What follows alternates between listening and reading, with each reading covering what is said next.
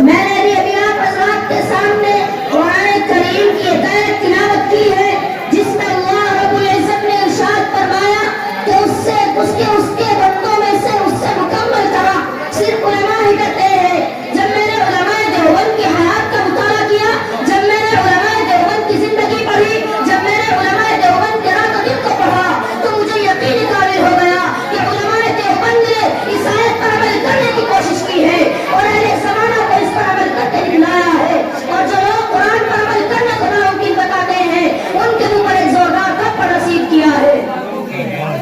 عزیزان نیت، اگر آپ کو یقین نہیں آتا تو تاریخ کے اوراد کی عادت گردانی کرو۔ علماء کو کاٹا جا رہا ہے مگر علماء خاموش ہیں، علماء پر ظلم و ستم کا نشانہ بنایا جا رہا ہے مگر علماء خاموش ہیں، علماء کو پھانسیوں کے پٹوں پر لٹکایا جا رہا ہے مگر علماء خاموش ہیں۔ لیکن جب بات آتی ہے ایمان کی، جب بات آتی ہے قرآن کی، جب بات آتی ہے اسلام کی تو فوراً علماء دیوبند میدان کارزار ہوتا جاتے ہیں اور فرمایا اعلان کر دیتے ہیں، ہے اپنی یہی منطق، ہے اپنا یہی فلسفہ، ہم زمانے میں دبانے سے ابھرتے ہیں سدا۔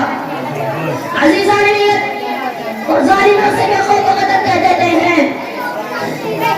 کہ ہم خالد بن ولید کی روحانی اولاد ہیں، ہم بلال حبشی کی اولاد ہیں، ہم جناب محمد رسول اللہ صلی اللہ علیہ وسلم کے امتی ہیں۔ ہماری چمڑی تو بگڑ سکتی ہے، ہماری چمڑی تو بگڑ سکتی ہے، ہماری چمڑی تو اتر سکتی ہے، لیکن ہم اسلام کا سودا نہیں ہو سکتے، نہیں ہونے دے سکتے، ایمان کو مٹنے نہیں دے سکتے۔ اور ظالموں سے بے خوف قدم کہہ دیتے ہیں کہ ظالموں کی بستی میں رہتے ہیں، ظلم سہنے کی عادت نہیں، ظالموں کی بستی میں رہتے ہیں، ظلم سہنے کی عادت نہیں، سر کٹانا گوارا ہے، سر جھکانے کی عادت نہیں۔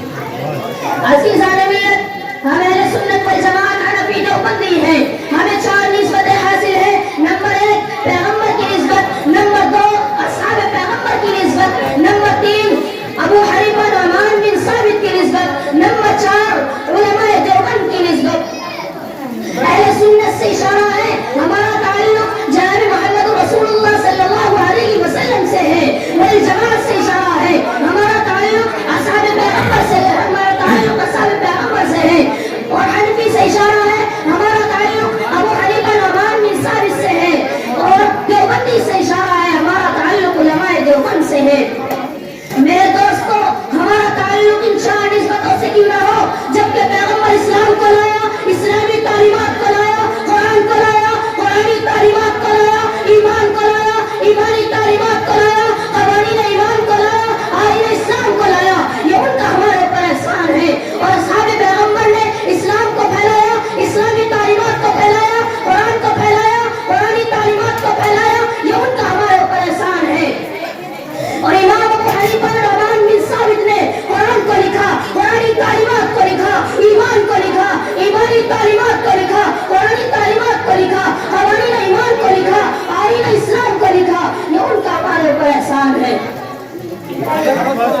اور علماء دیوبندی نے عہد فرنگی میں ہندوستان کو مٹنے نہیں دیا، اسلام کو مٹنے نہیں دیا، ایمانی تعلیمات کو مٹنے نہیں دیا، قرآنی تعلیمات کو مٹنے نہیں دیا، قوانین ایمان کو مٹنے نہیں دیا، آئین اسلام کو مٹنے نہیں دیا، یہ ان کا ہمارے اوپر احسان ہے۔ میرے دوستو، متکلم اسلام حضرت مولانا الیاس محمد اپنے بیان میں فرماتے ہیں کہ پیغمبر نے بنیاد رکھی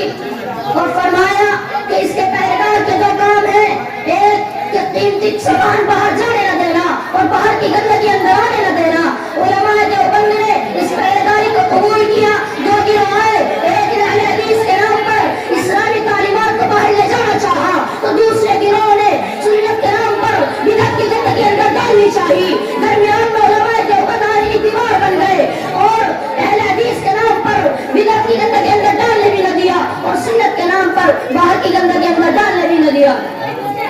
میرے دوستو، علماء دیوبند کا تعلق ان لوگوں سے ہے جو پیغمبر کی مراد ہے، پیغمبر کی جان ہے، خلافت راشدہ کی شان ہے، خلافت راشدہ کی چار جان ہے، پیغمبر کی مراد ہے۔ آخر میں دعا کروں کہ اللہ تبارک و تعالی ہمیں علماء دیوبند